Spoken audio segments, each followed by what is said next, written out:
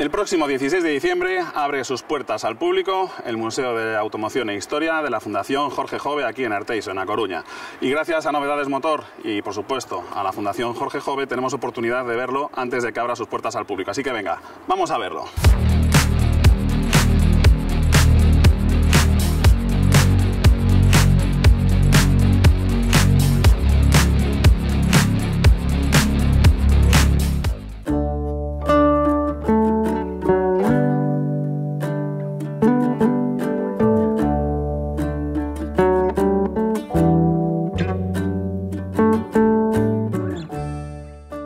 Esta es una de las primeras salas que vamos a encontrarnos cuando visitemos el Museo de la Fundación Jorge Jove de la Historia y de Automoción. Y es importante insistir en eso de la historia y automoción, ya que aquí no se trata solamente de hablar de coches, sino de ver cómo ha ido evolucionando la historia, la moda, el cine, la música, la fotografía, etcétera, a lo largo de los años. Y es que al final los coches no son más que eso, un reflejo de cómo era la sociedad en cada uno de los años, de las décadas, etcétera.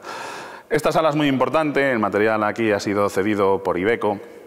Y es importante porque bueno, forma parte de la historia de nuestro país.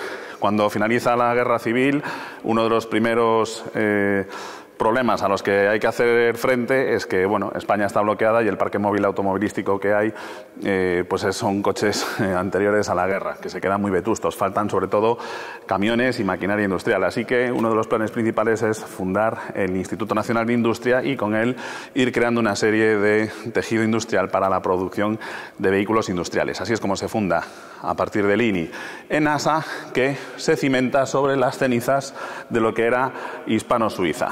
Y posteriormente lo conoceríamos como Pegaso. Vamos a ir viendo un poquito cómo avanza esta historia de Pegaso y sobre todo, pues bueno, vamos a ver algunos de los detalles más emblemáticos porque, como digo, esto aquí es inabarcable. Tenemos muchísima documentación, muchísimos vehículos, en fin, esto es inabarcable, así que me voy a centrar un poquito en los vehículos que considero más interesantes, aunque seguro que para muchos de vosotros me he dejado alguno en el tintero.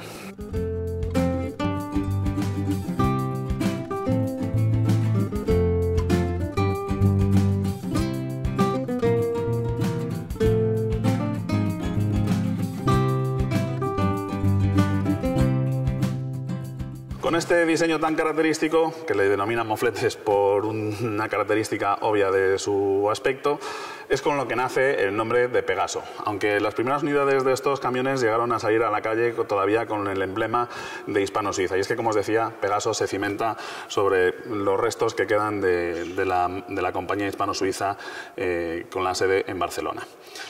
Es un camión de concepción muy moderna, tiene un diseño, como digo, muy característico y desde luego Pegaso, en lo que sí que fue destacando sucesivamente fue precisamente en eso, en que todos sus camiones tenían una concepción bastante moderna. Además de los camiones vamos a poder ver pues estos caballetes donde tenemos representados los motores y la tecnología que equipaban estos vehículos, que como digo, pues bueno, era bastante avanzada para lo que había en la época. Sobre todo con un modelo en concreto en el que me voy a centrar bastante, que es el Pegaso Barajas y que vamos a ver a continuación. Sin duda, otra de las estrellas de esta sala es este prototipo, un vehículo que sirvió pues, para desarrollar tecnología para modelos con cierto corte militar, aunque España en aquella época pues, no podía desarrollar material bélico. Pero bueno, con la excusa de realizar un vehículo para servicios especiales, como por ejemplo para una motobomba de bomberos, etcétera, pues desarrollaron este prototipo que tiene tracción en los dos ejes traseros.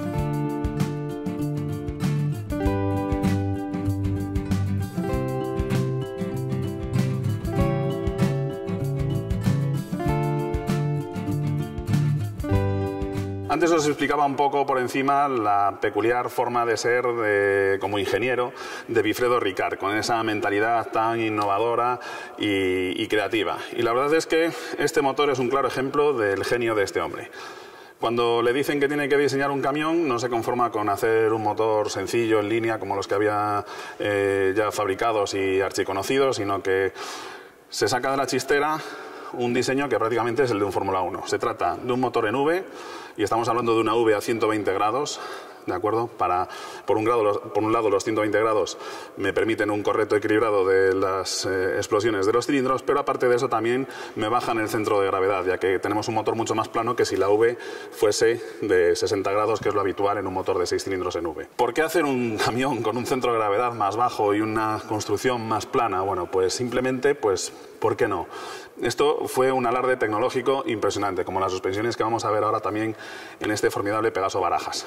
Los primeros prototipos son motores de gasolina, pero lógicamente cuando el modelo ya se decide comercializar, este motor se dieseliza y se construye en diésel. Se trata del primer motor V6 diésel de la historia y aparte de eso, pues bueno, con la peculiaridad de que es un motor a 120 grados, muy poco habitual. El camión sobre el que se instala este precioso motor, la verdad es que para una persona aficionada a la mecánica esto es una escultura prácticamente, es el Pegaso Z207, conocido popularmente como Barajas porque es uno de los primeros modelos en salir de las líneas de producción de la nueva factoría instalada en Barajas, en Madrid. Es un camión modernísimo. El coste de desarrollo de este coche, de este camión, mejor dicho, es una auténtica locura y es que aquí Wilfredo Ricard prácticamente partió del diseño de un Fórmula 1 para el transporte de mercancías. Eje delantero con suspensión independiente, un motor en V a 120 grados, un confort en su época para lo que era habitual en los camiones fuera de lo corriente, principalmente pues, por esa suspensión independiente, etcétera. Y en definitiva un camión, como digo, de concepción muy moderna. No tuvo demasiada buena fama, era un vehículo delicado y es que prácticamente lo que sacaron al mercado fue un concept track, ¿de acuerdo? Eso hizo que bueno, pues fuese un camión que fuese pues, muy caro de mantener y que no tuviese un éxito comercial. Pero desde luego, conceptualmente, esto es una auténtica maravilla. Una de las señas de identidad de las carrocerías de los Pegaso, prácticamente desde que se dejó de fabricar el mofletes y empezaron a salir estas carabinas con la chapa ondulada, sería precisamente pues eso, esta chapa ondulada. ¿Por qué se hacía así? Bueno, pues por abaratar en cierto modo la fabricación, ya que se utilizaban perfiles de chapa mucho más ligeros, aparte de ser más ligeros, pues también tienes menos material. Y para darle cierta robustez, pues se le daba esa ondulación a la chapa, igual que hacían los aviones alemanes, los Junkers de la Segunda Guerra Mundial. Aquí veis más en detalle lo que os comentaba, del eje delantero con la suspensión independiente y ya veis, pues bueno, esto es casi el eje delantero de un turismo más que el de un vehículo industrial.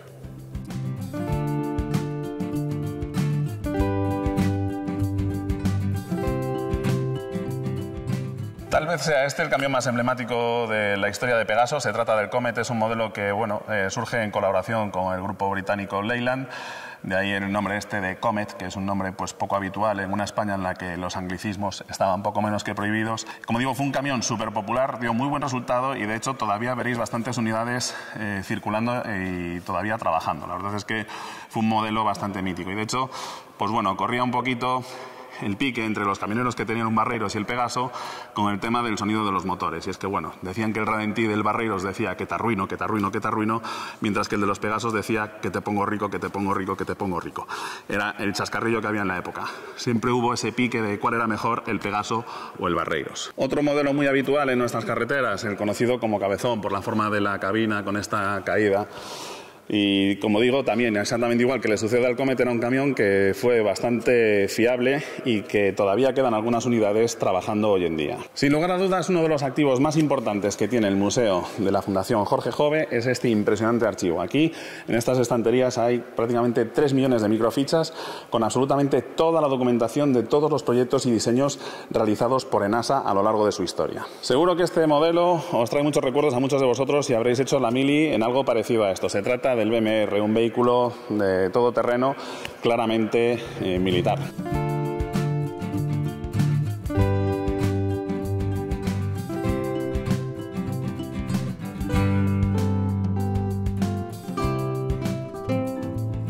Cambiamos de sala y de épocas, pero seguimos con la temática de Pegaso. Y aquí vais a ver camiones que seguramente ya os resultan más conocidos, como los Mider, los Tecno o los Troner, que veremos más adelante.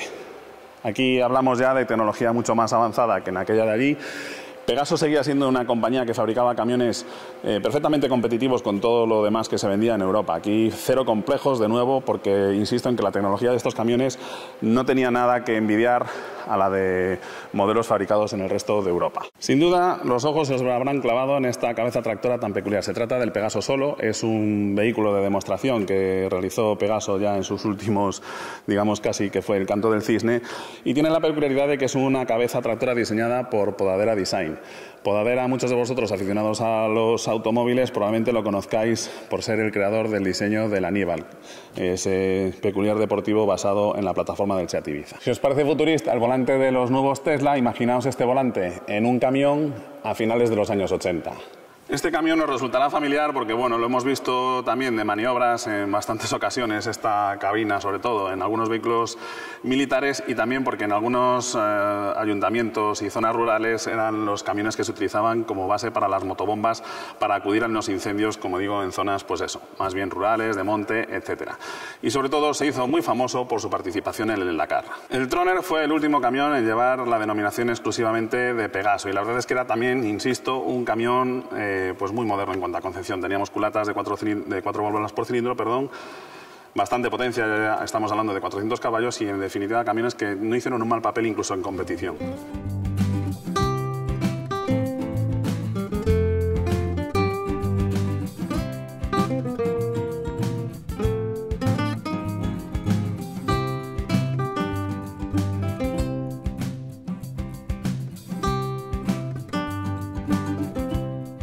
Desde luego no se puede hablar de Pegaso sin hablar de Wilfredo Ricard. Wilfredo Ricard fue un ingeniero, y la verdad es que no solamente le debemos a él el que haya existido Pegaso, sino también el que exista la compañía Ferrari. Y es que Wilfredo Ricard, entre otras cosas, fue el responsable de los prototipos y de los diseños especiales de Alfa Romeo, y a Enzo Ferrari no le caía demasiado bien. De hecho, se llevaban a matar entre ambos. Eso hizo que Enzo Ferrari dejara la escudería Alfa Romeo, harto de discutir con Wilfredo Ricard, y fundase su propia escudería Ferrari. Así que, en cierta manera, este hombre también tiene mucho que ver con que hoy en día exista Ferrari. A finales de los años 30, 1939, Europa es un auténtico polvorín, y Wilfredo Ricard quiere escapar de Italia, y en principio su destino principal iban a ser los Estados Unidos. Sin embargo, el ministro Suances le consigue convencer de que se venga a España, ya que Suances ve en él la figura perfecta para el desarrollo de ese tejido industrial que era necesario en una España pues bloqueada, y que necesitaba, pues eso, un desarrollo industrial inminente. La verdad es que Wilfredo era un ingeniero absolutamente genial, pero a lo mejor era demasiado fantasioso, y es que muchos de sus desarrollos eran más propios de aeronáutica y de vehículos de competición que de vehículos industriales. Aún así, insisto en que desde luego a nivel técnico era sencillamente genial. Después lo vamos a ver en detalles en el Pegaso Z102 o sobre todo en el Pegaso Barajas. Insisto en que eso tenía tal vez un punto demasiado pionero, por decirlo de alguna manera. Desde luego, lo que hay que reconocer es que creó de una manera fantástica el concepto de Z, el Centro de Estudios Tecnológicos del Automóvil, un laboratorio en el cual se crearían multitud de maquinaria, se diseñaría prácticamente todo, desde las herramientas con las que se fabricaban los vehículos a los proyectos de desarrollo de los distintos vehículos. La verdad es que eso se debe al genio de esta persona.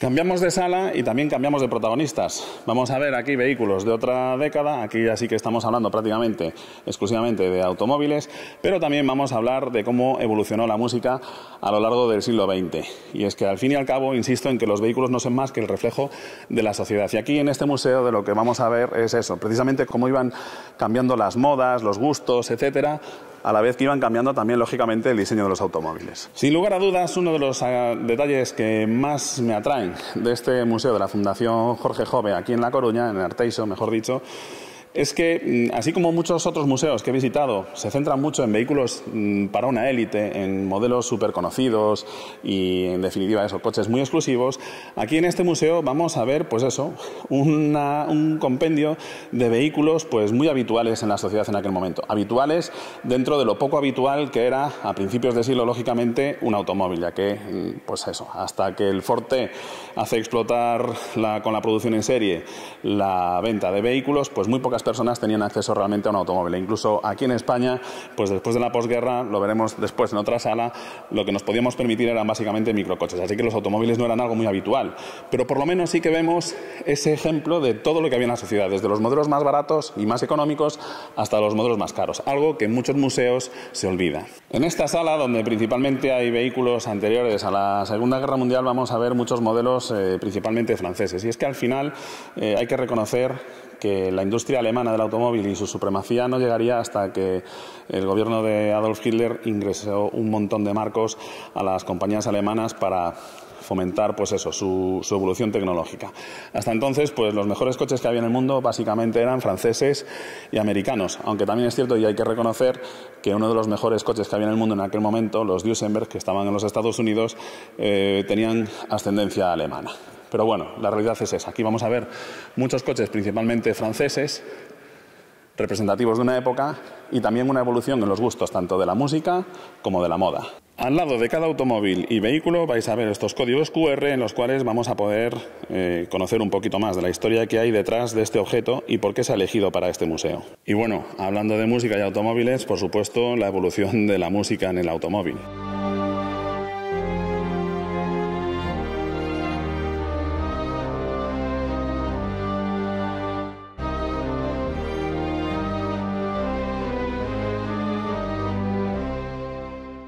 En este punto me gustaría recordaros la portada de este museo, Museo del Automóvil e Historia. Y aquí tenemos una historia muy peculiar. Este coche no se ha restaurado porque detrás de él hay una historia muy característica y que nos voy a contar porque lo lógico es que vengáis al museo para conocerla. Estoy seguro de que muchos de vosotros sabéis que Lamborghini comenzó fabricando tractores y equipos de frío. Lo que probablemente no sepáis tantos es que los años más gloriosos de Aston Martin se los debemos también a un fabricante de tractores, David Brown. De ahí vienen las siglas de los míticos DB3, DB4, DB5, etc. Veréis que al lado de los coches, además de ir evolucionando en cuanto a diseño y lógicamente en tecnología, también iban evolucionando los gustos en cuanto a la vestimenta y todo. El tipo de relojes que llevábamos, cómo vestíamos, si llevábamos sombrero o no llevábamos sombrero, etc.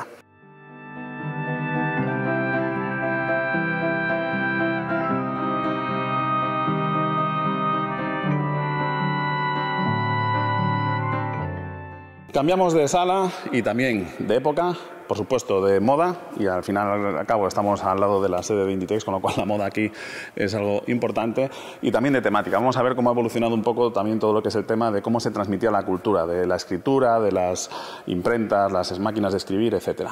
Y lo que os comentaba de la realidad española en la sociedad, con los microcoches, los coches que se podían permitir y tampoco todo el mundo. Hace tiempo os mostraba la Isetta cuando todavía trabajaba en Autocasión, uno de los microcoches que a mí más gracia me hacen. Y otro de los más conocidos en su momento era el Gogomóvil, aunque desde luego este coche que lo veis aquí tan simple era todo un superlujo si lo comparamos con este otro. Esto es el Biscooter. Se trata de un diseño original del ingeniero aeronáutico francés Voisin. Y es un coche, pues bueno, que está fabricado con una carrocería de duraluminio, pues hoy sería prácticamente un ultradeportivo con esa característica. Pero bueno, se trata de un vehículo muy económico, muy sencillo y que popularmente aquí en España le conocían como el Sin-Sin. Sin dinero para comprar un coche y sin para andar en moto. Que un coche sea pequeño y económico no está discutido con que sea también coqueto. Y este PTV 250, la verdad es que tiene un diseño a la mar de simpático. En esta sala también encontraremos una parte dedicada a los camiones de bomberos. Parte de ellos están donados por la agrupación de bomberos de La Coruña, que fue una de las primeras agrupaciones de servicio de bomberos aquí en Galicia. Este se trata de un Magirus. Magirus Deutz es una compañía alemana afincada en Ulm y tiene la característica de que este emblema realmente representa la Catedral de Ulm, que es característica porque solamente tiene una torre, así es el logo. Y esta compañía también es conocida porque creo, y esto lo tendría que contrastar, la verdad, que fue la primera que inventó las escaleras automáticas, las escaleras mecanizadas de rescate en los camiones de bomberos.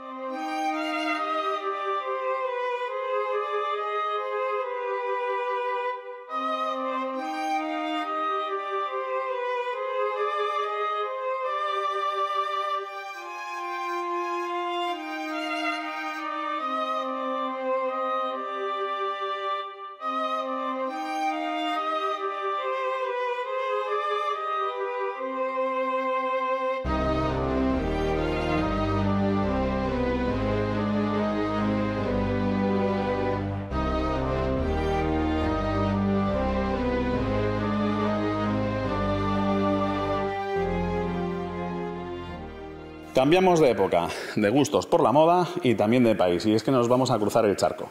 En esta sala dedicada a esta época y a la fotografía, después lo veréis, prácticamente todos los coches que veréis son estadounidenses. Y digo prácticamente todos porque, bueno, aunque tenemos algunos fabricados en España, realmente son modelos derivados de vehículos americanos. Aunque el Chrysler 180 no tuvo un modelo propiamente dicho en los Estados Unidos, al fin y al cabo era un vehículo desarrollado por la filial europea de Chrysler. Me gustaría llamaros la atención sobre un detalle característico de estos Cadillac de los años 60. Y bueno, ya en los años 50 lo tenían. Y es lo que en General Motors denominaban el ojo autrónico. ¿Veis ese aparatito de ahí que recuerda un poco al trípode de la Guerra de los Mundos de Tom Cruise? Bueno, pues ese aparato lo que es una célula fotoeléctrica que detecta las luces del resto del tráfico y ya bajaba automáticamente las luces de cruce, o mejor dicho, de largas a cruce, y luego volvía a poner las largas de forma completamente automática. Así que ya veis, un accesorio que hoy nos venden como algo de última generación, ya estaba disponible hace más de medio siglo. Aquí tenéis el Jeep Commando, otro rival del Land Rover que pudisteis ver el 1 de diciembre y que veréis una prueba exclusiva de él el 1 de enero. Por supuesto, el 3700 GT y otro conocido aquí en el canal, el Dart 270. Por supuesto, el Chrysler 180, otro modelo que espero poder mostraros aquí en el canal en detalle.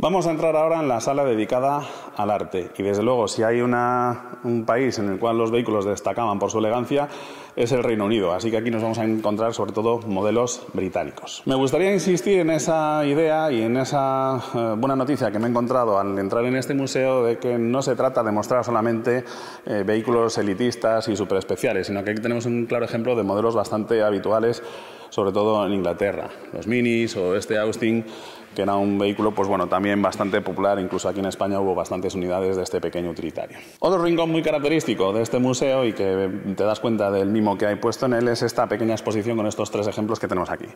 Por un lado tenemos al Panther Calista. El Panther Calista es básicamente un coche que fabrican desde cero, es decir, utilizan componentes de otros modelos, las suspensiones son de otro coche, la mecánica es de otro coche, los frenos, en fin. No se trata de utilizar absolutamente todo diseñado desde cero, sino que bueno, van cogiendo piezas de aquí y de allá, pero lo que sí, su carrocería está inspirada en un coche de los años 20, 30, pero es un diseño propio. Realmente no es una copia absolutamente de ningún coche. Se inspira, pero no es una copia. Aquí tenemos una copia, una réplica. Es un Jaguar SS100, pero utiliza otra plataforma completamente diferente, la mecánica del coche es distinta, eso sí, intenta replicar con más o menos fidelidad el diseño del Jaguar SS100. Y aquí lo que tenemos es un MGTF, es un coche que parece de los años 20, pero realmente es un coche que, bueno, estuvo en el mercado pues hasta los años 50 prácticamente, y que parece mucho más antiguo de lo que realmente es, pero es un coche 100% original, diseñado y fabricado por MG.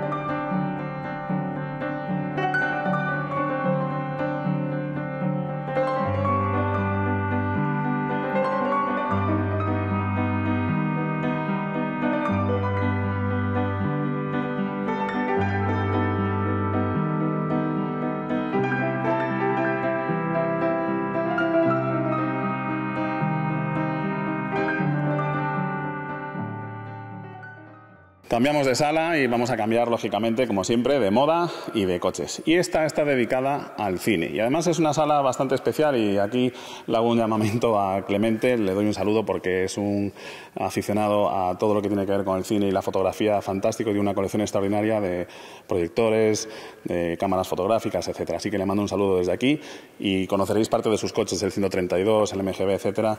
También es un formidable coleccionista de automóviles. Como os decía, esta sala tiene una peculiaridad y es que no sé si sabéis que OSA, a lo mejor conocéis esa marca de motos tan emblemática, OSA con 2 S, realmente esta compañía surge y nace como empresa para la fabricación de proyectores de cine, además de bastante buena calidad. Me voy a detener un momento en este precioso Renault Caravelle o Floride, ya que es el modelo posterior. Y os hago un llamamiento a la videoprueba que hice de este modelo y os destaco este detalle del hardtop, que no lo pudimos ver en la videoprueba porque era descapotado. Y fijaos en esta zaga. ¿No os recuerda ligeramente las aletas y el piloto trasero al de este precioso Volvo Amazon?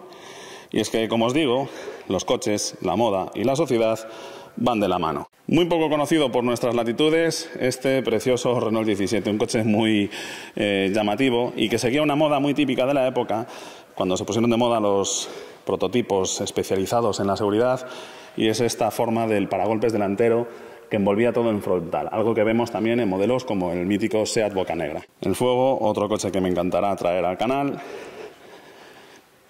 Y, lógicamente, Citroën no puede faltar en un museo español. Sé que este coche no es muy llamativo, a lo mejor lo desconocéis, pero para mí es un coche muy especial y por eso me gustaría dedicarle unos segundos específicos en este vídeo. Y se trata del 5000 Coupé. El diseño es de Bertone y es un coche que a mí de pequeño me fascinaba. Y es que esta misma unidad solía estar por el barrio donde yo vivía de niño aquí en La Coruña. Hacía un montón de años que no lo veía. Siempre me he preguntado dónde narices habrá acabado aquel precioso 5000. Y hoy me he llevado una sorpresa enorme al descubrir que los jóvenes se hicieron con él y que tiene este rincón aquí en el museo. La verdad es que es un coche fascinante, con un diseño increíble y unas prestaciones muy buenas. Que no se engañe en su tamaño y eso de que sea un 5000. Este coche andaba verdaderamente bien y además su diseño de Bertone es muy llamativo. Uno de mis Seat favoritos, el 128, y a su lado otro que ya conoceréis porque tenemos un vídeo bastante interesante aquí en el canal, el 132. Otro ejemplo de que un coche pequeño no tiene por qué renunciar a ser coqueto, el precioso 850 Spider. Muchos piensan que el Seat 600 es el primer modelo fabricado por Seat, pero no, fue este, el Seat 1400, en este caso en una carrocería modificada industrial. Aquí también hay deportivos del otro lado del telón de acero, y es que no os lo perdáis, tenemos aquí también un trozo del muro y por supuesto el Trabi.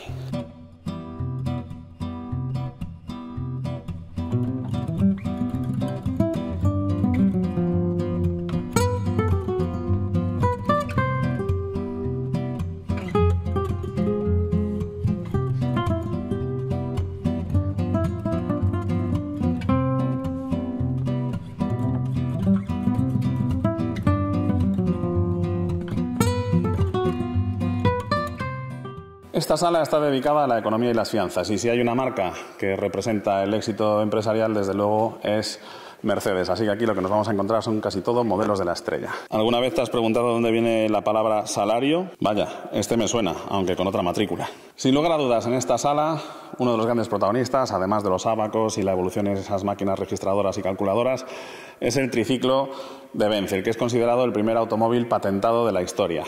Se trata además de un ejemplar bastante especial, y es que la propia Mercedes-Benz fabricó una reedición de su primer automóvil. No es una réplica, porque no es una réplica, está fabricado exactamente igual que lo estaba fabricado en 1886, creo que fue cuando se patenta el triciclo de Benz, así que es exactamente igual que el original, además fabricado por el fabricante original, con lo cual es una reedición, no una réplica. Aquí lo tenéis, además, caracterizado con la mítica anécdota de que fue realmente la mujer de Carl Benz quien realizó el primer viaje en ese artilugio que había diseñado su marido. Muchos dicen que este es el primer automóvil. Realmente, si nos ceñimos a lo que significa exclusivamente automóvil, que se mueve por sí mismo, este no fue el primero ni mucho menos. Tenemos, por ejemplo, el carro de Cugnot de vapor. Este podríamos decir que es el primer Coche patentado, eso sí, registrado, con un motor de combustión interna. Y me gustaría llamaros la atención sobre un detalle del motor de combustión interna, y es que es de un solo cilindro, va colocado horizontalmente, y fijaos el cigüeñal, tiene el volante de inercia colocado también de forma horizontal, en lugar de vertical o en lugar de colocar el motor transversal. ¿Por qué diseñó eso así Benz? Bueno, pues como veis el volante de inercia es enorme y lo puso en esa postura porque si lo pusiera vertical induciría cierto momento de giro al coche y el coche pues tendería a ir inclinado hacia un lado o hacia otro. De esta forma el momento de inercia no interfiere en la dirección del vehículo. Otro de los vehículos que más me llama la atención de esta sala es este formidable Mercedes 300B. No solamente porque era un coche con una calidad de fabricación excepcional, era uno de los mejores automóviles que había en el mundo en su época, sino porque era mundialmente conocido como el Mercedes Adenauer. Y es que era el coche oficial del presidente de Alemania en aquellos años. De ahí que se le conozca más como Mercedes Adenauer que como Mercedes 300B. Me gustaría acabar esta visita al Museo de la Fundación Jorge Jove, del Museo del Automóvil e Historia, aquí en Arteixo, en A Coruña, con lo que vosotros os vais a encontrar cuando entréis por la puerta en la visita que hagáis a este museo. Se trata del Pegaso Z102. Esta maravilla se presenta en 1951 y plasma todo el genio de Wilfredo Ricard. En su momento, para muchos, fue una frivolidad. España en 1951 no estaba para alardes como los que vamos a ver tecnológicamente en este automóvil. Y os invito a que visitéis el perfil de Roberto López Alcolea, porque es un auténtico experto que se conoce absolutamente todo sobre estos coches. Y es que Enasa fabricó muy pocos bastidores de estos Pegaso Z102 y sobre un mismo bastidor se montaron varias carrocerías, tuvieron siniestros, se modificaron, en fin. Es imposible seguir bastidor a bastidor la evolución de estos coches. Así que, insisto, visitad el perfil de Roberto López Alcolea porque vais a poder conocer muchísimos detalles de este formidable automóvil. Fue considerado el mejor deportivo del mundo en su momento y es que tecnológicamente estaba absolutamente a la vanguardia. Ferrari ensombrecía a su lado. Motor V8 con doble árbol de levas en cabeza, una tecnología que en 1951 era prácticamente aeroespacial. Era tan complicado tecnológicamente que este coche tuvo fama de ser delicado de mantener y tiene cierta leyenda negra. De hecho, durante muchos años era el patito feo y estaban infravalorados. Podías encontrarlos por ahí prácticamente regalados. Hoy en día es el coche español con la cotización más alta del mundo. A mí la historia del Pegaso Z102 me ha maravillado desde niño. Tiene detalles de diseño increíbles, como por ejemplo el hecho de que el parachoques trasero lo formen los tubos de escape. No es un detalle muy práctico, pero desde luego desde el punto de vista del diseño es sencillamente sensacional.